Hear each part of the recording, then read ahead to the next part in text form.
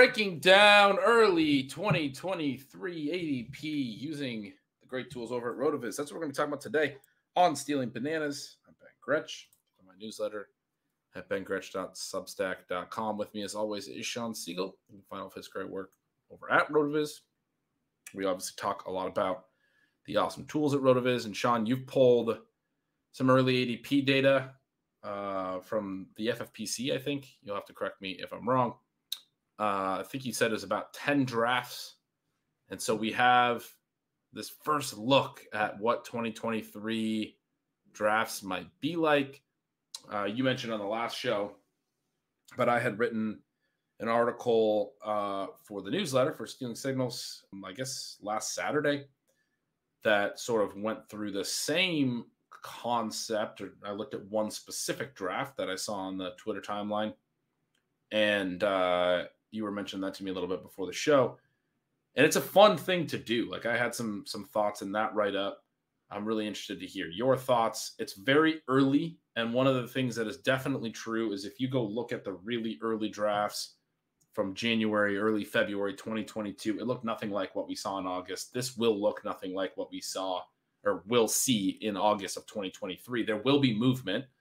It might be the case that some of the things that we talk about here are things that other people will argue as well over time, and we'll be able to identify some of the movement. That would be one of the sort of advantages of doing this if people are drafting early, is to try to find guys that might be risers later in the offseason, might be fallers, or good avoids in the early part of the offseason for the winter and spring drafts. But we do have to keep in mind, obviously, that none of this is set in stone. It's very preliminary, and yet it is fun to just sort of see where things landed, right, as we come out of 2022, which was a year that was obviously pretty interesting in fantasy football. It was a little bit unexpected in ways. It was a little bit expected in ways. A lot of the top picks did well and scored a lot of points, and ADP was correct in that regard. You look back at 2021, it was kind of the opposite, where a lot of the top picks in 2021 didn't do particularly well. You had a lot of guys coming out of the middle rounds to be league winners, the Cooper Kupps, the Deebo Samuels. This year in 2022, the first two rounds, very accurate in terms of whether or not ADP predicted who scored fantasy points. We also saw a lot of injuries, and then that's going to impact. I mean, the way that the market is playing early on, a lot of different injured players, I think, is really interesting. We have rookies that are dropped in here. So just a ton of things that we can discuss as we look ahead to a long offseason and, free agency and the draft and all those things. But what 2023 drafts might be like 6 months from now. And it's always so fun to jump into these, see what people are doing. You get that itch to go draft yourself.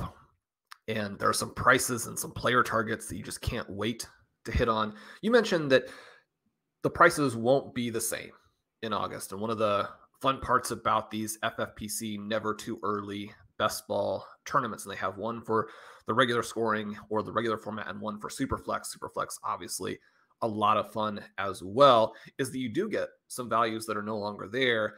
I had a Never Too Early Best Ball Tournament team with Zachary Kruger advanced to the playoffs this year. And when we were looking at that team, there were some mistakes on it.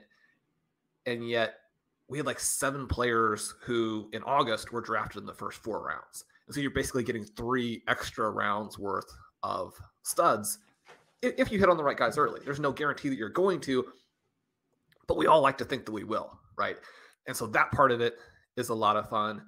We also do know that even though prices will change, there's going to be a lot of anchoring to these initial drafts. How the earliest drafters decide to select players is going to really form the foundation for how everybody else drafts the entire rest of the year. So these prices are very, very important, that part of it. Also, something then when you're seeing these early prices, you're thinking, okay, this is going to be something we have to deal with all the way through. If there are mistakes, you could potentially benefit for months. If there are players who are overdrafted that you kind of like, you may have to wait. You may not be able to get that player in 2023 because if they're overdrafted early, then you're sort of stuck with that in many cases for the entire year. Ben, Colin and I did a couple shows over the last 2 weeks where we looked at some of the early rounds here, but what we're going to talk about today, kind of ranging all across the different topics, look at some things positionally, maybe look at some guys on some different teams and how teammates are being drafted.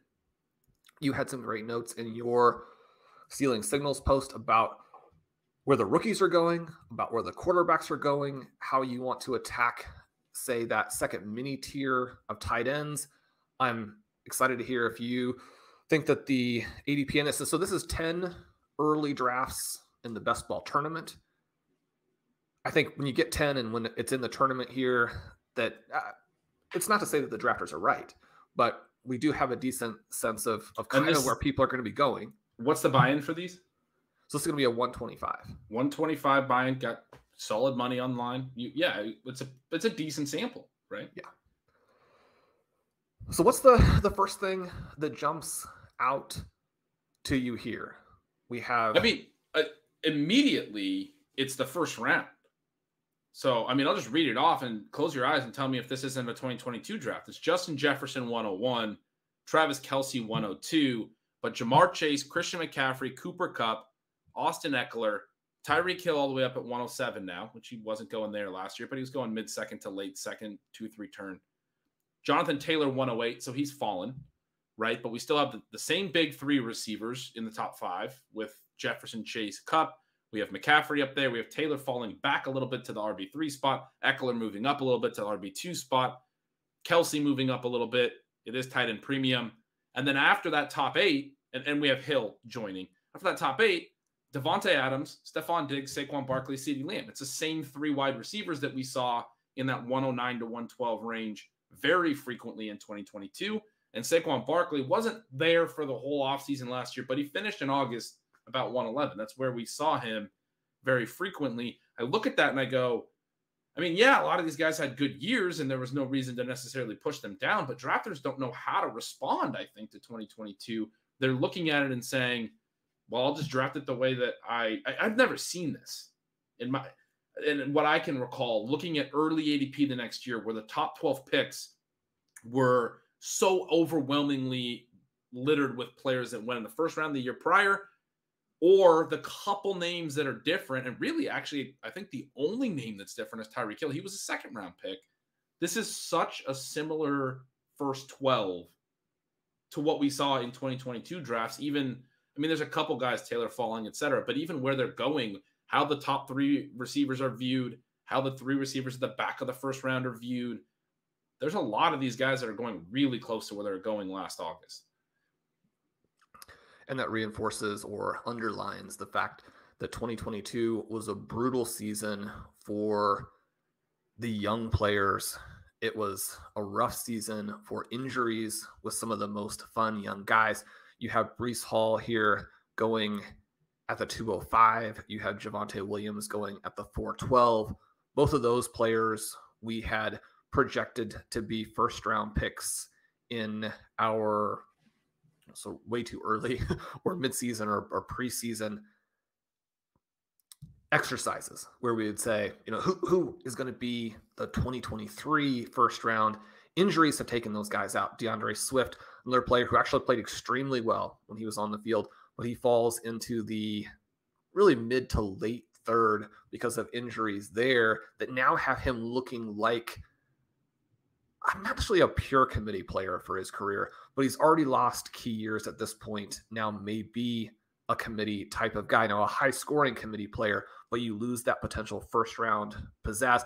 One of the things here, Ben, is that Justin Jefferson, Jamar Chase, and those first three picks, those were guys that we said, they could jump. They'll be the players next season at the very top.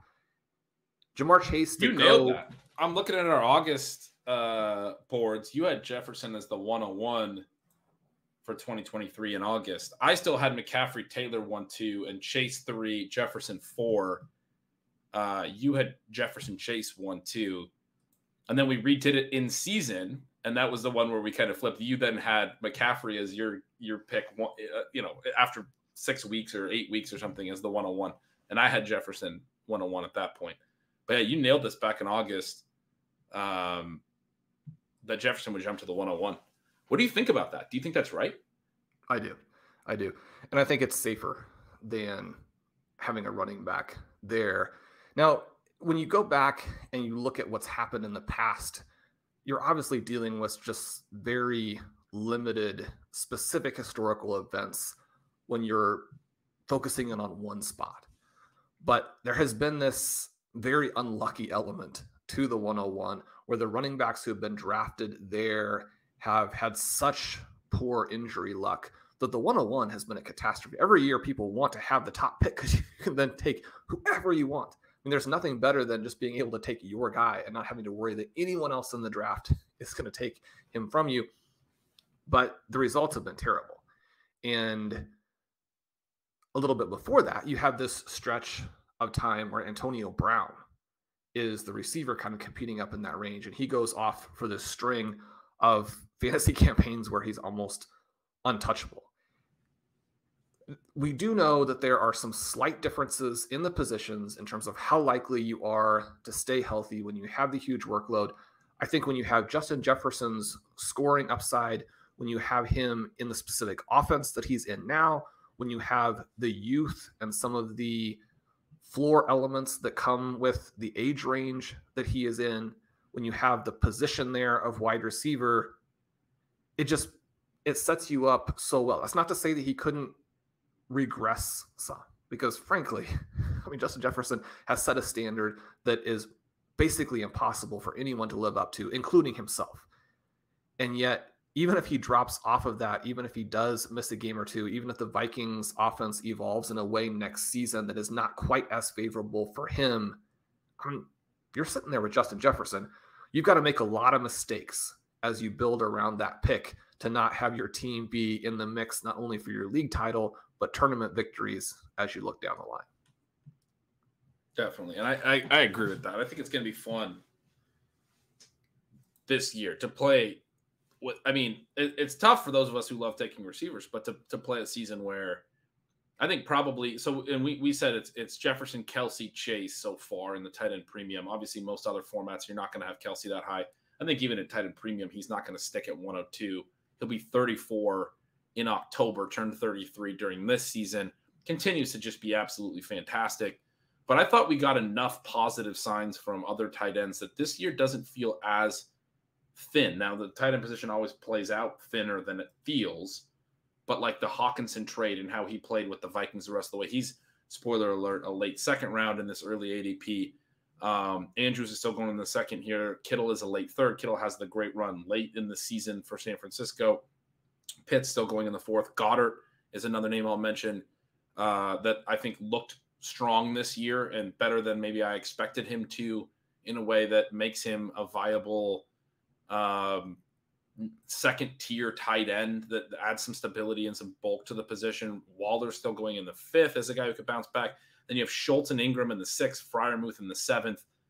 Ingram's another one that kind of came out of nowhere, but if he stays in Jacksonville, probably a good bet to have another solid season. There's a little bit more depth into this tight end 8, 9, 10 range. Freiermuth had a good second year than I think there was last year, where we had like Zach Ertz going tight end 8 because no one really knew what to do. Ertz, maybe not like the worst pick of all time, but I just felt like that was overpriced because he was older and, you know, had already had some signs of falling off and just a little bit of a run at the end of the year prior in 2021 with Arizona where he looked good. Probably deserved to be more in this like tight end 13, 14 range last year, but he's going tight end 8, 9 because there was just nothing to that position last year. Feels deeper. Think that's going to and with Kelsey being a year older, ultimately push Kelsey down a little. So it'll be a year, I think, where you have sort of Jefferson Chase at the top. Maybe McCaffrey settles in, but he's a year older too. There's not a clear other running back. It's funny to look at, like, I mean, we have Kenneth Walker here in the later part of the second round. I'm looking at, Sean, where we ranked guys in August and then again in season. Walker's a guy that popped up in our first round in season. Or at least I guess I had him in the first round. You had him in the second round in season. We did not have him in our first two rounds preseason. ETN's a guy you had in the first round preseason. I had in the early second. And then in season, we had both moved ETN to the first round. And this was probably done not long after the James Robinson trade, I would imagine. That's about when we were doing the in-season update. He comes in the third round in the way too early ADP we're looking at here at 302. So some of those names that were, you mentioned Breece Hall, he gets hurt. Javonte Williams is the other one that you mentioned. Some of those names did not make the jump at the running back position. There's just not somebody to compete with Jefferson and Chase. There isn't. Now, I do think that Walker and Etienne are two names who are obvious risers, where once you get to August, unless things really deteriorate, and we do know that as the offseason progresses, occasionally teams will drop some extra competition and even elite competition in a way that just, now you're going to have a split pie, such that Nick Chubb has dealt with over the last several years, to where it's going to be difficult for them to, basically the players are being drafted at their ceilings, and you want to avoid picking those guys at that point. But unless we get something like that for Walker or Etienne, I would expect them to move up really to the 1-2 turn. Now, there are a limited number of players who can actually go right there, and so there's more competition as you move up into that range. I think that they'll be risers. I think that Josh Jacobs, unless free agency takes a pretty dark turn for him, and just, again, the entire offseason in terms of how that all works out, I think that he's going to rise a little bit. He was simply too good, and running backs, when they are good, are too valuable for him to be a late second-round pick. But as you mentioned, you don't have the stars there. And one of the reasons that Walker and Etienne are going at this range, I think that they're going to rise. It's almost inevitable that they rise. But these prices probably represent a little bit more of a fair value unless they take that step forward as receivers. Now, I expect both of them to do that, but their teams have definitely injected, and I think especially with Etienne, sort of frustratingly, have injected some uncertainty into what the overall and final ceiling is going to be. He looks so good out there. He's so electric. The offense is going to score a lot of points. You've got to give him the ball. You got to throw the ball to him some. We're not getting the receiving. 2-3 turn. Yeah. The 2-3 turn is just where you end up in terms of what your value is. Yeah, the receiving didn't develop for him well enough. We get Ramondre Stevenson into the third round. That's a name I put away our boards, but I assume one of us had at least mentioned him as a honorable mention at some point. It looks like we did not have him in our first two rounds at any point, but he has a really strong season and winds up now in the third. DeAndre Swift falls to the third. Najee Harris falls to the third. Joe Mixon falls to the third. You have Dalvin Cook falling to the fourth. You have Aaron Jones falling to the fifth. You have Alvin Kamara falling to the sixth, and James Conner in the sixth. That's that group of Leonard Fournette falling all the way to the 10th. Those guys were going mostly second round, third round. Ezekiel Elliott in the 10th, David Montgomery in the 10th. That's that group of 25 plus running back, Shawn, that we warned about in preseason, and then also in the in-season redo of our 2023 first round. We dropped most of all those guys out when we were looking at it. The ones that did stick, Christian McCaffrey's still there. Austin Eckler is still there. He's pretty old, older than he seems. Saquon's not old, but he's still up there. Derrick Henry is at 203 here. Nick Chubb is at 212. He has obviously a great season. Josh Jacobs has risen all the way up to 210. He's not in that older range, but that's another running back that's interesting to point out there. But you have a lot of that group that was going in the second and into the third that I just mentioned, including all the way down to Leonard Fournette. He was a second-round pick in most drafts last year, third-round pick. A lot of those guys have fallen now in early drafts, which sort of we expected and understood to be a possibility. Some of them still had decent seasons and fell regardless. But that's, it's interesting to see that there's not a lot of depth at either the running back or the wide receiver position through the first few rounds. Part of that's because we do have quarterbacks going really high, which you mentioned earlier. We have a lot of tight ends. I just went through all the tight ends, but there's 6 tight ends going by the end of the fourth, or by the early part of the fourth round. And then 4 more by the early part of the 7th round. I don't think tight end 10 was going 704 last year. That seems, maybe in tight end premium, but that seems high. And then you have a lot of QBs. I'm kind of struggling with what to make of that, where I feel like there are interesting names a lot lower than I would have expected at both the running back and the receiver position.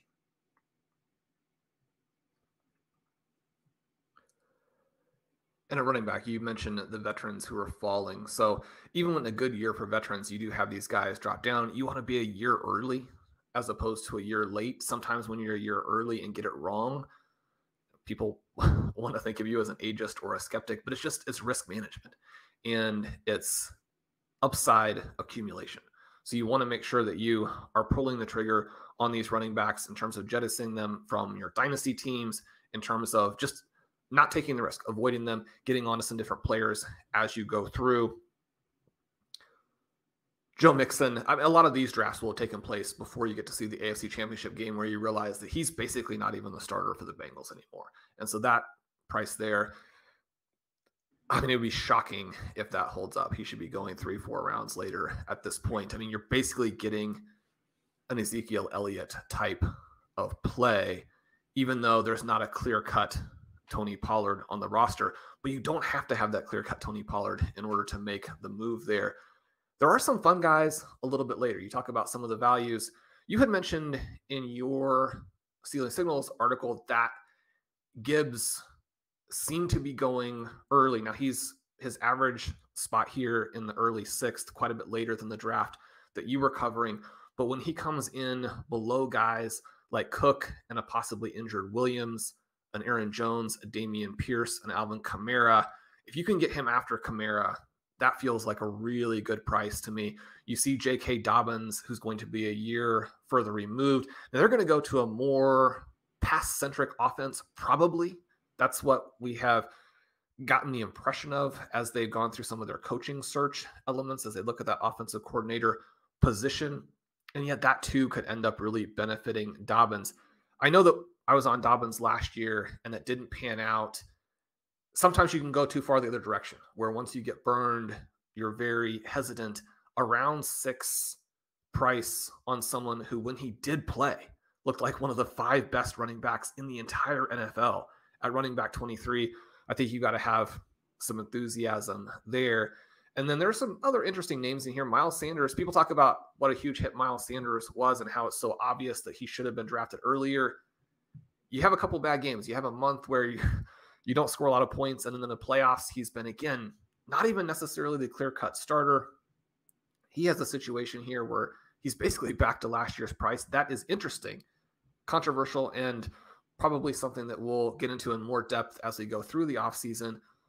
We have Rachaad White in there. It sounds like Leonard Fournette could get cut. That would be an interesting play.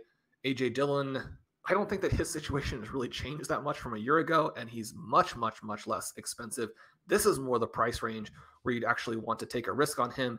And then someone like a Tyler Algier, who blew up down the stretch despite being in a horrific Falcons offense. And then James Cook. I mean, James Cook is going to be the guy for the Bills in 2023. He's coming in at the end of round 8. Ben, that kind of raises an eyebrow.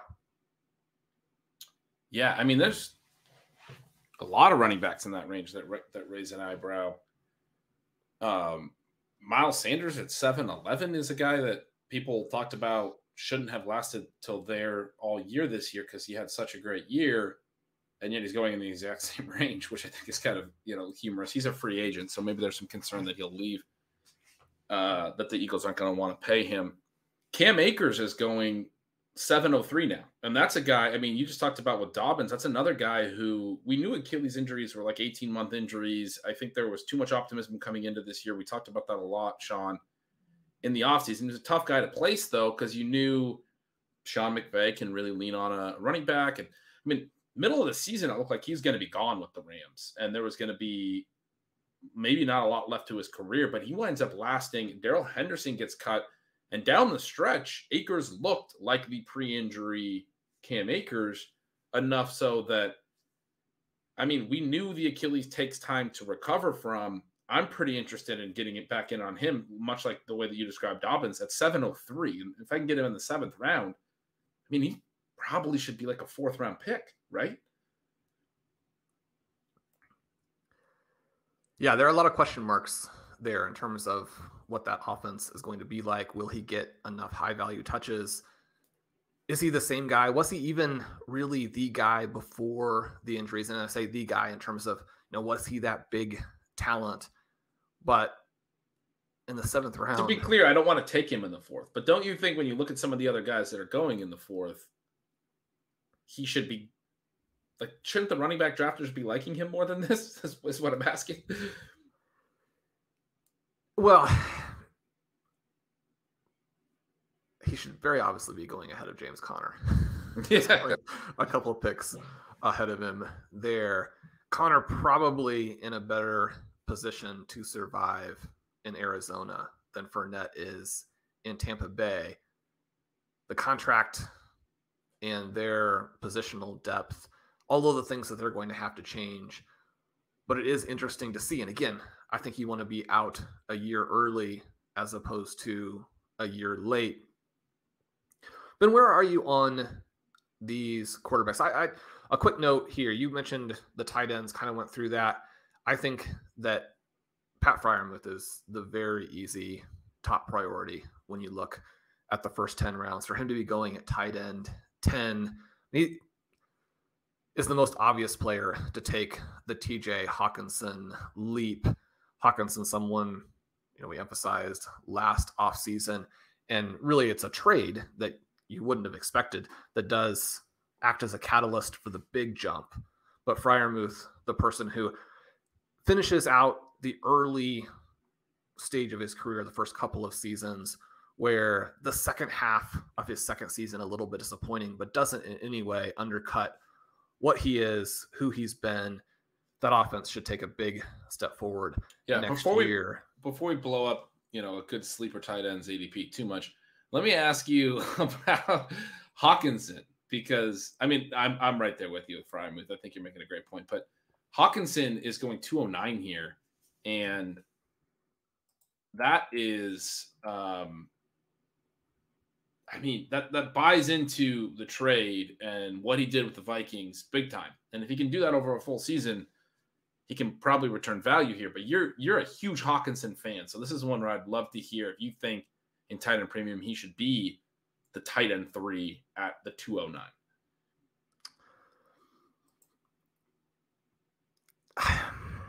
I am a huge fan, and similar to Mark Andrews in 2021 being a big part of the best ball teams that I had success with, Hawkinson was that guy in 2022.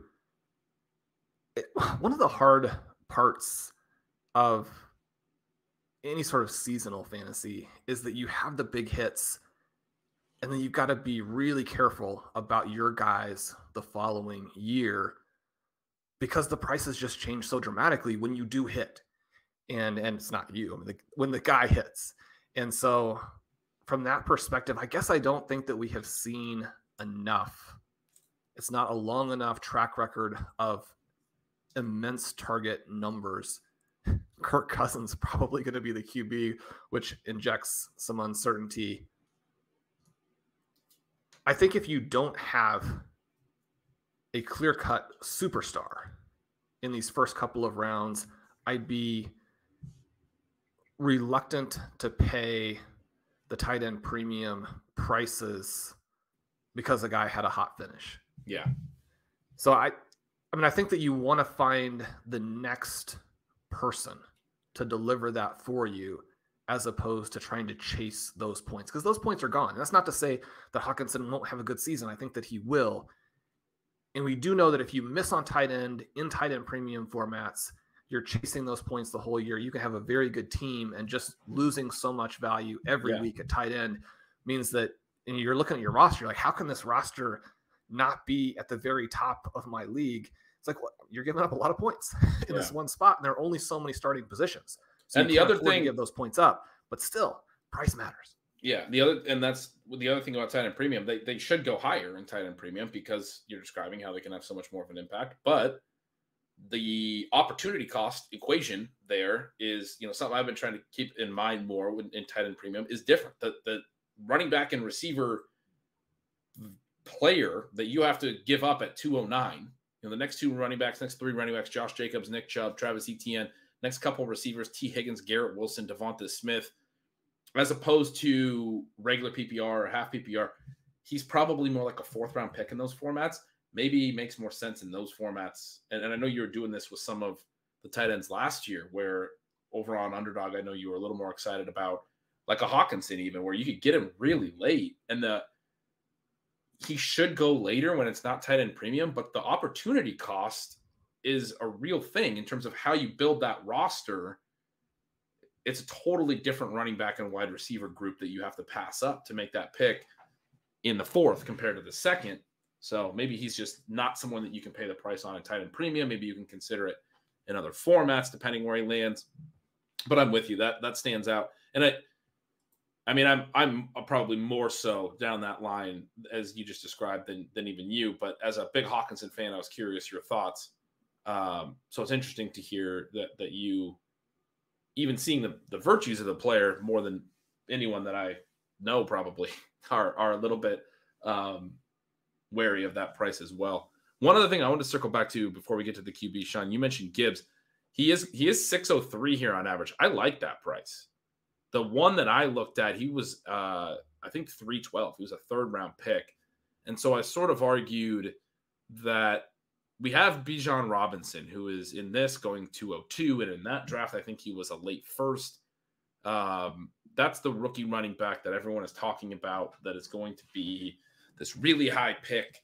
And in today's NFL, maybe that means, in the teens of the 1st round, as opposed to the top 10, as we saw with some running backs in, 5-7 years ago when Saquon Barkley and Fournette and Christian McCaffrey and those guys all went in the top 10 picks. Probably aren't going to see a running back in the top 10 anymore, but maybe we see him at 15, maybe we see him at 19. If he does go that high, it does put him into a pretty good class. Landing spot's still going to matter. Sean, you and I talked a little bit about him before the show and his prospect profile, and maybe, if we have some time, it'll be worth diving into that, or we'll certainly talk about him this offseason. But I had argued in that other draft board that I looked at that Gibbs was maybe being pulled up. There's that magnetism, right? When the first rookie running back goes off the board, then people are thinking about it. And then a lot of times the second rookie running back goes off maybe higher than he should.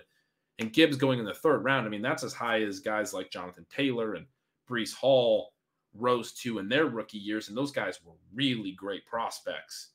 And you were saying to me, Robinson, maybe not even certain to be on their level as a prospect, maybe on their level. But this idea that Robinson is clearly ahead of them to the degree that the NFL would draft him in the top 20 picks is something that we'll have to see that play out, because both obviously Taylor and Breece Hall are guys who had phenomenal prospect profiles, but still went in the 2nd round of the real NFL draft. At any rate, Gibbs doesn't seem like he's this, top 20 1st round real NFL draft type pick. He's more like, I think I've heard you or maybe Pat Kerrane describe him as maybe like in the DeAndre Swift mold, in the early 2nd round potential, from a draft perspective, and that type of player. Seeing him go all the way up in the 3rd round feels like a reaction to seeing people being really high on Robinson and being willing in a fantasy draft to take Robinson in the top 15, and it starts this floodgate of rookie running backs. Seeing him in the 6th round is an argument for, you want to get exposure to rookie running backs at this point in the offseason, because that seems like a much more palatable price. So another one where price is really dependent on, where that player lands. It is. And the thing that you're hoping to get with Gibbs are the receptions. He's been such a dynamic dual threat player in college. He looks like a very high upside play. At this time of the season, you have room for him to jump quite a bit more, and also room for him to get mixed up in some of the things that are problematic. You think back to Travis Etienne, one of the big reasons to draft him was the potential for receptions. And now, we have first an injury as a rookie, and then 2nd year, the receptions aren't there. And you're saying, well, this thing that should have been a strength now is the big red flag. You have Kenneth Walker last season, who's drafted down on top of Rashad Penny. If Gibbs endures a similar fate there, then once all the projections come out and people are looking at what the ultimate volume will be, it gets tricky. Now, again, he's so good, and you're going to get so many receptions if the team that drafts him has any clue what they're doing, that you think that you've got a floor that you can work with, and then ceiling beyond that. I think we're going to like that pick. But those are some of the pluses and minuses from his profile and potential scenarios that could occur over the next several months that we have to think of. Then Josh Allen, the 211, Patrick Mahomes, 305, Jalen Hurts, the 307. They're the big three here, but then Joe Burrow coming very quickly after in the first pick of the fourth, Lamar Jackson, Justin Herbert in the fourth, Justin Fields with those crazy rushing numbers in the fifth, and Trevor Lawrence as the breakout guy later in the fifth. So I guess the question for you is, do you like any of those guys? And then my second question is, Kyler Murray, probably not who you want for your reality NFL team. Arizona Cardinals in a lot of turmoil, or at least uncertainty right now in terms of what's going to happen. They have said that DeAndre Hopkins will be traded. But in Kyler Murray, this far behind everybody else in round 7, and this one feels just like the Pat Freiermuth pick, where it's so obvious who the best selection in the first 10 rounds is. Well, there's been some reporting that Kyler's rehab, they might take him along really slowly, and he might not. I mean, there was a tweet that he might not play at all in 2023, that they're already sort of setting that line out there, that they might just hold him off the field the entire season. And the implication was that our target should probably be something like midseason at best. So Kyler's actually a name that I agree with you, but the health stuff is scaring me in the early offseason, where it just, I want to know more. Maybe that will evolve throughout the offseason as he rehabs. But right now, they seem as an organization to be setting the expectations low in terms of how quickly he will be back. And again, that might evolve. The other name. So what you're telling me is that not only do we not want to draft him here, but we need to get some trade offers out in our dynasty league to get rid of him. Yeah, we're not going to be able to play him. This is the first thing I thought of was our dynasty league. Is like, yeah, we definitely invested in the right elite, quarterback option.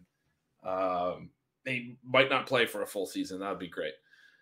The other quarterbacks that you mentioned, the other 8. I mean, there's definitely some that I don't like. That's 8 quarterbacks in the first 5 rounds. We talked about how quarterbacks are going to go higher. They go higher in best ball already. They tend to go higher in the early offseason already. We know that all of those things are true, where throughout the offseason, quarterback ADP tends to fade and settle in a little bit more and fall. Every year we've seen this as a trend. And then also, once redraft leagues open up late in the year, they tend to go lower than they were going in best ball because, for obvious reasons. In best ball, you need, number 1, you need to draft multiple of them. Number 2, you need a little bit more certainty there. You can't stream the position and those types of things. So this is the highest that we'll see the quarterbacks probably. Having said that, 8 quarterbacks in the first 5 rounds is insane. Like I do realize that the quarterbacks at the top were very, very good this year. I also acknowledge that some of these picks can be justifiable because they can provide the types of ceilings in the modern NFL, these dual threats, the ability to run and throw. Josh Allen, Jalen Hurts, Lamar Jackson is an obvious one. I think he's a really interesting pick at QB6. We don't know where he's going to be playing yet. We do know that he can run for 1,000 yards in a season and still throw for quite a bit. You mentioned Justin Fields, QB7. He runs for 1,000 yards this year. He has to take quite a step forward as a passer, but he has that type of ceiling, right? I don't understand Justin Herbert still going in the 4th round here. I don't understand Trevor Lawrence in the 5th, even with some mobility. Those guys have to have such elite passing numbers to justify this type of draft capital in fantasy. There's still the late round QB tenants still matter. If you're a pocket passer, if you add some mobility but not a ton, you have to have a 40-plus touchdown season. You have to average close to 300 yards passing a game to differentiate. There's going to be quarterbacks that go in later rounds that are also going to have good seasons. We saw from like Tua. If Tua stays healthier, he winds up being a great late-round QB. There's other examples. Obviously, Jared Goff's a guy you and I talked a lot about, and I said had no chance to have the season that he had, and you nailed that one. He didn't have an elite season, but the gap between what he did and whoever that guy is this year and what just a good pocket passer season from one of these top guys is not big enough to justify taking them in the first 5 rounds. They have to be amazing. And so I do get it with Patrick Mahomes, because Patrick Mahomes, no receiving help this year and still put up amazing quarterback numbers. We have enough of a sample there. We also have enough of a sample from their play calling perspective. Their pass rate over expected has been, 7, 8, 9% greater than expected each season for 5 years now, right? So we have this clear, they're going to be a very pass-heavy team no matter what. Even in positive scripts, they're going to be throwing. We're going to get pass numbers out of Patrick Mahomes that can differentiate him, and he adds a little bit of rushing. There's no one else that I feel that comfortable with. I'll throw Joe Burrow in there too. As good as his weapons are, 401, like I think Joe Burrow's awesome, but 401 is like you need him to be the MVP of the league. Like from a passing numbers perspective, he has to put up MVP numbers just to return value at that price. From what we know about fantasy football, I see these prices. The two things I think are, one, if I was going to take any of them, because I don't want to take none, because they are good, I would be more willing to pay the iron price and go all the way up to Josh Allen or Patrick Mahomes or Jalen Hurts in the late second or third, because I think those guys are potentially unique and different than I would to be taking Burrow or Herbert. I mean, Burrow maybe I would throw in, but Herbert, and again, also him, I like him maybe, like if I was building a stack or something. Lawrence, certainly in the 5th round, like I'm not taking, I'll probably have 0 Trevor Lawrence. I think Fields is also tough to take as much as I love him. And he does add, you can at least make a case for a ceiling season because he adds so much as a runner. He could do what Lamar Jackson has done in the past and some, in his MVP season in 2019. Theoretically, he can at least theoretically match that on the rushing side. But some of these guys I don't even think really necessarily have the full-on ceiling to justify differentiating at a position. I think this is the same magnetism I was talking about with Bijan and Gibbs and how a rookie running back comes off the board. Now another rookie running back.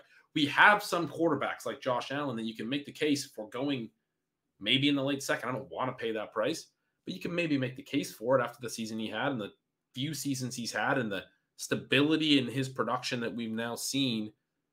But because now we're elevating him and we're elevating Patrick Mahomes and we're elevating Hurts, you have 5 more QBs go behind them in the 4th and the 5th round who I don't think have the same profiles to justify that. That's where the mistake is for me. Those are not guys I want to get in on. And then it becomes, I see these prices and it becomes really enticing to start thinking about late round quarterbacks, right? You have Jordan Love going quarterback 29. And Aaron Rodgers is all over the news right now as a potential trade candidate. Jordan Love in the last year of his rookie deal, some potential he's a starter next year for the Green Bay Packers. You have Rodgers himself as a guy who could potentially be traded. He's going in the 10th round. I don't love it, but if he gets traded to the Jets or something, like there's a lot of talent there. They could be good. You have Tua going in the 9th round. You have the aforementioned Jared Goff going in the 10th. Trey Lance in the 11th round. Nobody really seems to believe that he's going to be the starter for the Niners next year unless they acquire one of the free agents, unless they acquire Aaron Rodgers, for example, because now that Tom Brady's retired and Brock Purdy has a torn UCL, and they've said they're not bringing Garoppolo back. I mean, is not Trey Lance their starter next year? I mean, that seems like a foregone conclusion already to me in some respects. Certainly more so than the market, which seems to believe that Trey Lance is not going to be with the Niners next year. To too extreme of a degree, in my opinion, is the way that I would phrase that. They're just on and on. There are more quarterbacks down, the rookie quarterbacks. Bryce Young and CJ Stroud here are going 14th round, 16th round. There are guys that you can take shots on later. Sam Howell, our boy, Sean, going in the 20th. There's other names that are going to start. Your guy, Derek Carr, doesn't have a team. He's going in the 12th right now as QB 21. Even with a ton of QBs going, Carr's going QB 21. Is he not a good candidate for the Jets job or the Bucs job? He's going to start somewhere. So I start to get really interested in the late round quarterback strategy because I'm looking at this as an opportunity to really load up in the early part of the offseason on deep wide receiver groups and even with some potential anchor running backs, some really good running back and receiver groups through 7-8 rounds. And then I can try to hit But I don't know. What are your thoughts on that? I look at this as well. And the other question I would ask you is, where's the QB window this year? Because that's something you've done great work on over the years. If 8 QBs are going through the 5th round, the QB window, is it shifting up? Is it lower in the QB spectrum? Is it QB 12 to QB 20? Like, what is there a QB window at that point if QBs are that expensive? How do we think through building later at QB if the top 8 are going in the first 5 rounds? I think that part of it will be fascinating as we try and parse some of the different tactical things that you want to do and how shifts can take a strategy that was very important in the past and make it less viable. When we talk about the evolution of fantasy and the evolution of ADP and what that means, in a lot of cases, it either won't matter or the changes create very small differences that are somewhat straightforward in terms of how you're going to play them. This is a pretty seismic shift in that once you move quarterbacks from the window up into the range where they're costing you foundational pieces at running back and wide receiver, it can't help but change things. And so what we really wanted to do last year was to load up on Burrow and Hurts and Trey Lance. 2 of those things worked really well. One of them was a disaster because Lance gets hurt so early. The other part of the window that I think it's really important to emphasize is that the kind of window closing players. So you're looking at quarterbacks 14, 15, 16, 17, the guys kind of going in there, and you want to be willing to trust your own board too, in terms of, I mean, if a guy's like 1 or 2 spots out of the window by either positional ADP or when you're looking at rounds, but you have them up 4 or 5 rounds on your personal board, you're not going to look at the QB window and say, well, this guy that I have ranked here, I'm no longer going to draft. That wouldn't be the way that you employ sort of the evidence-based approach. You don't want to use it to hurt yourself because then you're going to miss on your guy. And frankly, the players at the very back of the window last season were huge wins, especially if you kind of adjust for the injuries that happened. The quarterbacks at the very back of the window, you have Tua, you have Trevor Lawrence, and you have Justin Fields. All 3 of those players, huge parts of successful teams, both in terms of the points that they score for you and what they allow you to do with the rest of your build. And so, I mean, I think 2023 is going to be all about more or less what you just described, which is that you have to find the players at the end of the window. You're going to need to hit on some of those. You're going to need to balance out your overall exposures across some of those guys. You're going to have to look at how they allow you to unlock some week 17 types of options if that part of it is important to you in a tournament. But I think we're going to be looking at guys there. And just as you mentioned, some of the specific players, the names that really jump out right now, you have Daniel Jones and Tua at the end of round 9 as QB 13 and QB 14. Jones with his sort of poor man's Josh Allen profile, especially if they put receivers around him. Both of those guys pretty clearly undervalued. You mentioned Trey Lance. He's someone that unless we get different information as you're going along, you don't want to be 100%, you don't want to be 75%, but I mean, you have to have some exposure to him as the offseason develops. It wouldn't be remotely surprising if he jumps 4 rounds. Yeah. And then, you know, you're not going to want the exposure at that point in the same way. But the other thing that I think we are going to see, and it definitely is the fun part about doing these early drafts. Number one, I think that late round QB does become viable this season because there are so many interesting options and because you really are limited with that top group where, I mean, are you going to avoid the top 6 or 7 quarterbacks completely? I don't think so. As you mentioned, you're going to want to get a little bit of exposure and maybe you want to get it at the top. Anytime that you get in a spot in the 2nd or 3rd round where you don't have just a must-have pick, you get a little bit of Allen, you get a little bit of Mahomes, and you make that kind of work for you. But Bryce Young is going to be much more expensive than he is right now. CJ Stroud's going to be much more expensive. As soon as the Aaron Rodgers trade happens, Jordan Love is going to be more expensive. He's going to jump into that Mac Jones range. And I mean, that's a 3-4 round move. So you can still profit a ton. at that point. And then, I mean, I don't want to necessarily even say this, Ben, because we're still trying to pick up Howell shares where we don't have him. And you and I have him on our team. But as we do an orphan or as we do a startup, I mean, you want Howell to be as inexpensive as he can be. But if there's even a 50% chance that he's the starting quarterback for the Washington Commanders next year, his price is ludicrous. Now, one of the things you don't want to do in best ball, you can't make a pick and then be like, oh, I was wrong, so I'm going to fill that in with free agency. You don't want to burn a bunch of your roster spots.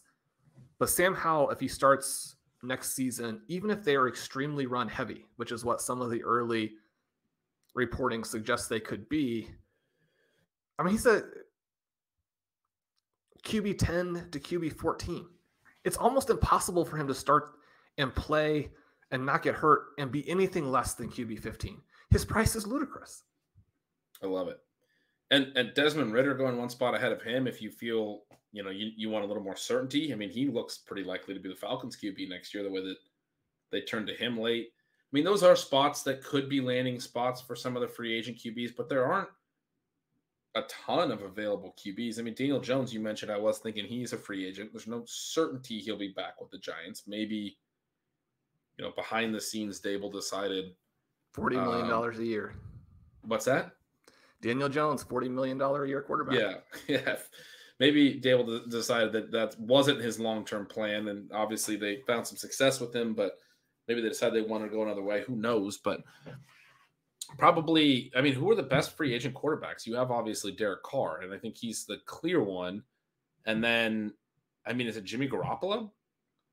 Like, there's not a lot of depth at the position that I'm immediately aware of in terms of filling a lot of holes. And some of them are going to be filled by rookies. And we've had a lot of discussion in the NFL draft community about the Bears potentially trading back.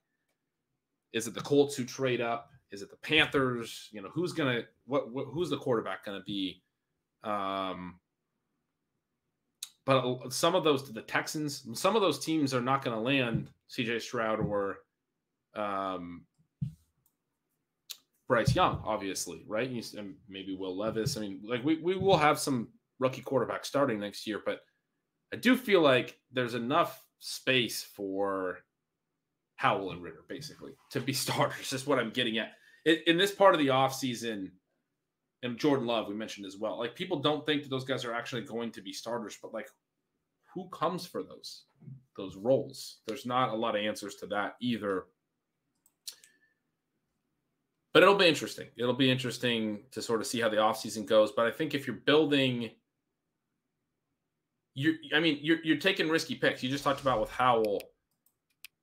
You don't want to just throw away picks. At the same time, in the early offseason drafts that you're doing, a lot of those late round receivers and running backs are not going to have jobs next year. They feel more sure than they probably are. You go look at some drafts from January, February of last year.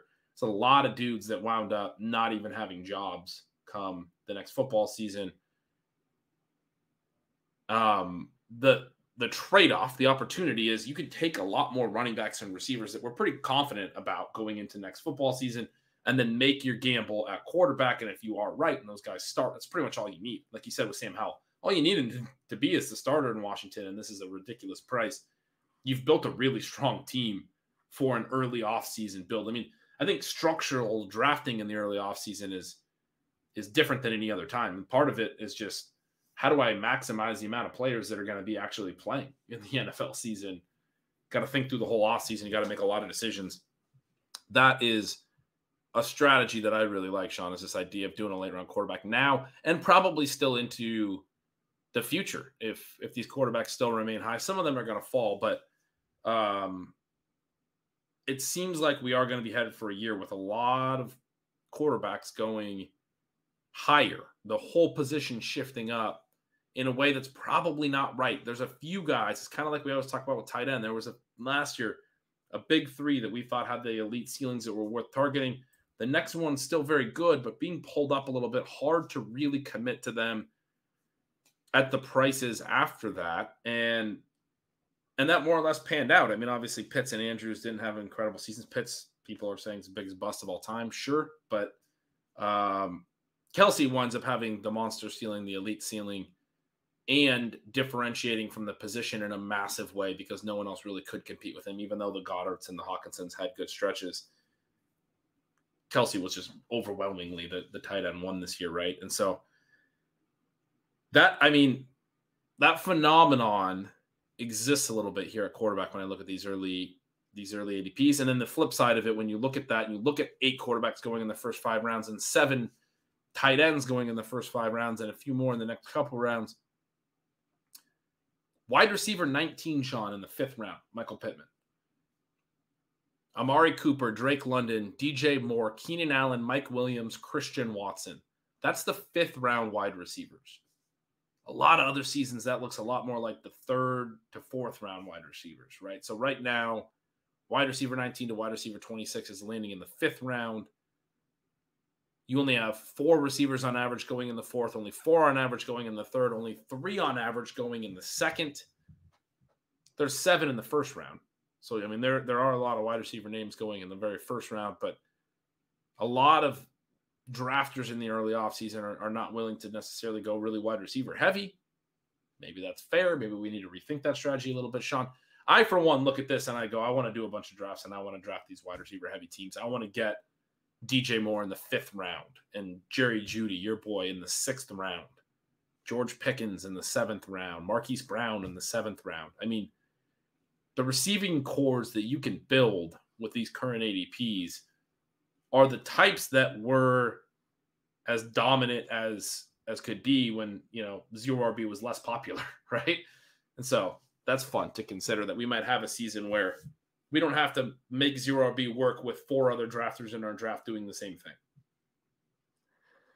And the prices here are just so much more favorable than they were a season ago at the end and in the middle. You think about King Cap winning the $1 million Underdog tournament with the perfect team that was a zero RB team. It's a little bit surprising to see how far a lot of these guys are falling. But again, that is what you're going to get when you have the tight end premium and when you have this QB inflation. Then there are so many things I want to go through with you here and ask you about. We'll save them for the next show. But some individual prices that fun to think about.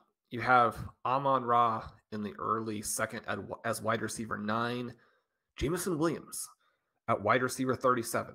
People disappointed, obviously, that he doesn't really get to play as a rookie, and yet that gap jumps out to me when we think about how you can get a little bit of arbitrage going there. You have DJ Moore, as you just mentioned, as wide receiver 22 behind Amari Cooper. That one a little bit difficult to kind of wrap your mind around. As you mentioned, Christian Watson, wide receiver 25. We have Christian Kirk as wide receiver 26 and Zay Jones at wide receiver 49.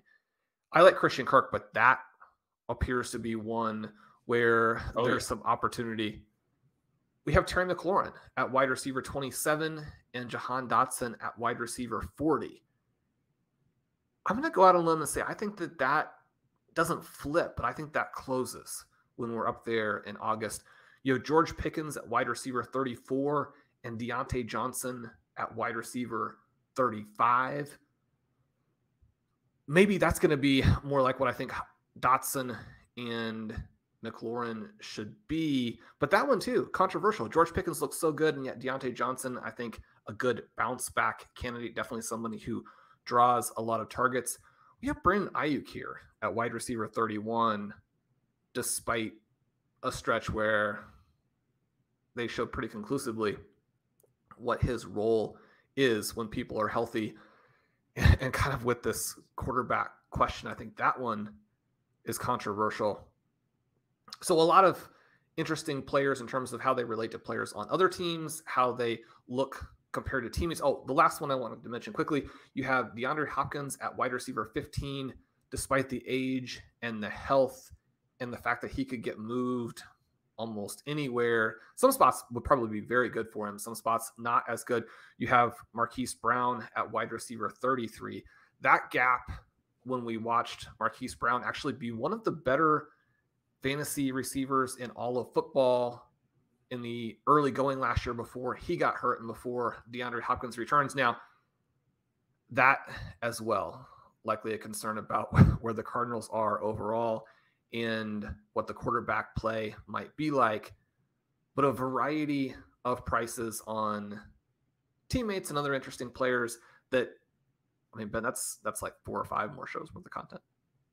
It is. That's great stuff. The Zay Jones one stands out, but also I think probably drafters are worried about Calvin Ridley coming and taking some of Zay Jones' work and thinking that Kirk probably has a more defined role in the slot. Just trying to think through that one. I'm still with you. And Ridley is wide receiver 29, so he's right in there between Judy and Mike Evans. I mean, that's pretty aggressive on him too. Yeah, that's a lot of optimism on Ridley, and that'll be one that'll be interesting to track all offseason because it's similar to like the Michael Thomas thing. He's missed a lot of time and wasn't particularly good in his 5 games in 2021 before he left for personal reasons before he was suspended. The last we saw him play at a really high level was 2020, 2 full seasons ago, 3 off seasons ago before we will see him again. A lot can happen in that amount of time in terms of whether he's still the same player and the same talent. But I think he's an interesting name, certainly for the Jaguars to have gone and acquired and all of that. Shawn, as you're going through all those, I see Chris Godwin as well, late 4th at wide receiver 18. I thought that was low immediately upon looking at it. You also have Mike Evans, wide receiver 30, going in the late 6th. I mean, Tom Brady is gone. These guys are getting a little bit older, but those are a lot cheaper prices than we've ever really seen for Godwin and Evans, and particularly for Godwin being healthy now. Last year we knew coming in wasn't fully healthy. You were probably going to have to wait a little bit. He looked pretty solid down the stretch and is now healthy. I'm going to like taking Chris Godwin in the late 4th personally, if that's where he settles. But yeah, I thought those were all really interesting ones that you noted. I kind of like taking Amon-Ra St. Brown very high. So when you pointed that out, I mean, I also really like the Jameson Williams pick. It's an interesting one to consider for sure. 204 is aggressive for Amon-Ra. As good as he looked, I hope that he'll slide a little bit. I think I saw him in the late 2nd in the other one, the singular draft that I had written about and it broke down. But yeah, Shawn, a lot of interesting stuff you said. There could be a ton of content. Like, I mean, you mentioned DeAndre Hopkins, and you said it could be bad, it could be good. I immediately thought about our pre-show conversation where we're talking about what if the Chiefs ever had a player like that? Because they do not ever really seem to land an elite receiver. But DeAndre Hopkins with Patrick Mahomes next year would be pretty interesting. I don't know that they will go that route a year after trading away Tyreek Hill. I mean, certainly they have had Tyreek Hill in the past, but we were talking more about the like traditional X receiver. They've had Hill, the Mecole, and Sky Moore, traded for Kadarius Toney. That we talked a little bit last show about how Justin Watson was so key to their team being out last game because he actually is that type of bigger bodied vertical threat, even though he hasn't done much for them. To not have him was actually noticeable.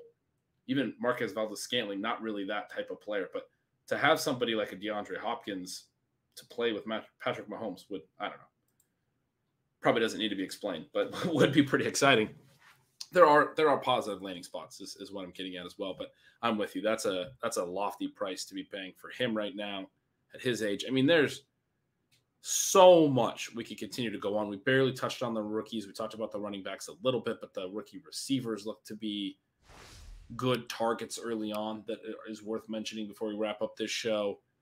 I think the first rookie receiver is in the 8th round.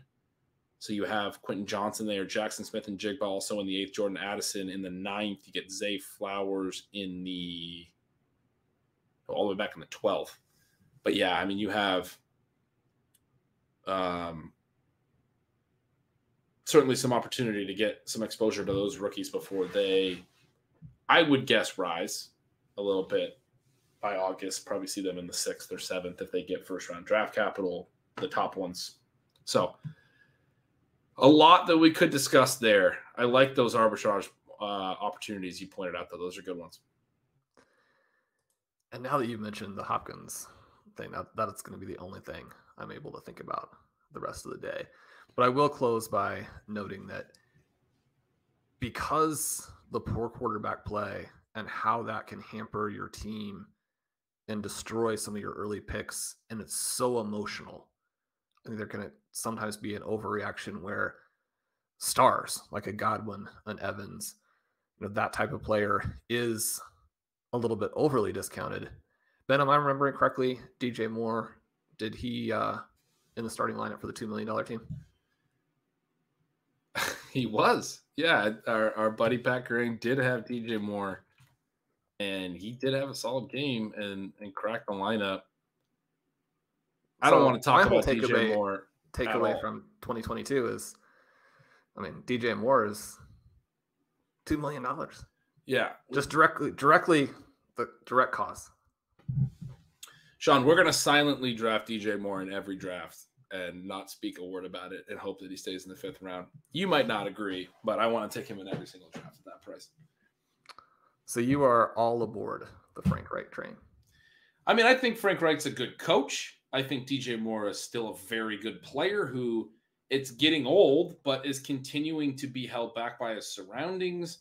The fact that he actually scored a few more touchdowns this year was, I think, promising, because if you wanted to have one major concern, it was the fact that over 4 years, he basically had never scored any touchdowns. But gets a few more in, and this idea that, like, okay, maybe you could just be average in terms of your touchdown rate is a little bit more believable at this point. If they get any type of quarterback in there, I still think there's a great season in DJ Moore, or multiple great seasons. There are players that have taken 5 years into their career where they've been good in hindsight, but never great. And I say in hindsight because eventually they became great. And then we look back and go, yeah, they were always good. They were always held back. There's a lot of players like that. Not a ton, but there are guys that we can point to. It remains to me very possible that DJ Moore goes on, not to have like a Hall of Fame career, but to have a very, very good career. And most of it started after, he turned 26 because of everything that he's done so far, despite really never having any help around. So, yeah, I'm in on DJ Moore in the 5th round. There you go. We got what we wanted. A Ben Gretch prediction of the Stephon Diggs jump for DJ Moore with Frank Reich and a mystery QB leading the way. That's going to be Stealing Bananas for today. I'm Shawn Siegele. With me, as always, is Ben Gretch. You can follow at @yardspergretch. Make sure you sign up for Stealing Signals for more of the offseason content, like the recent article that we have been discussing. Make sure you also sign up for Stealing Lines, his betting project with Dalton Cates. You can join us over at RotoViz and even get 10% off on your 1-year subscription using the coupon code RVRadio2023 at checkout. Then it helps us when folks subscribe to the feed, when they leave a rating and review on Apple Podcasts, when they subscribe to the YouTube channel, when they leave a little comment there. You guys have been so great with all of those things. The Stealing Bananas community is fantastic. We love you guys. We'll talk to you soon.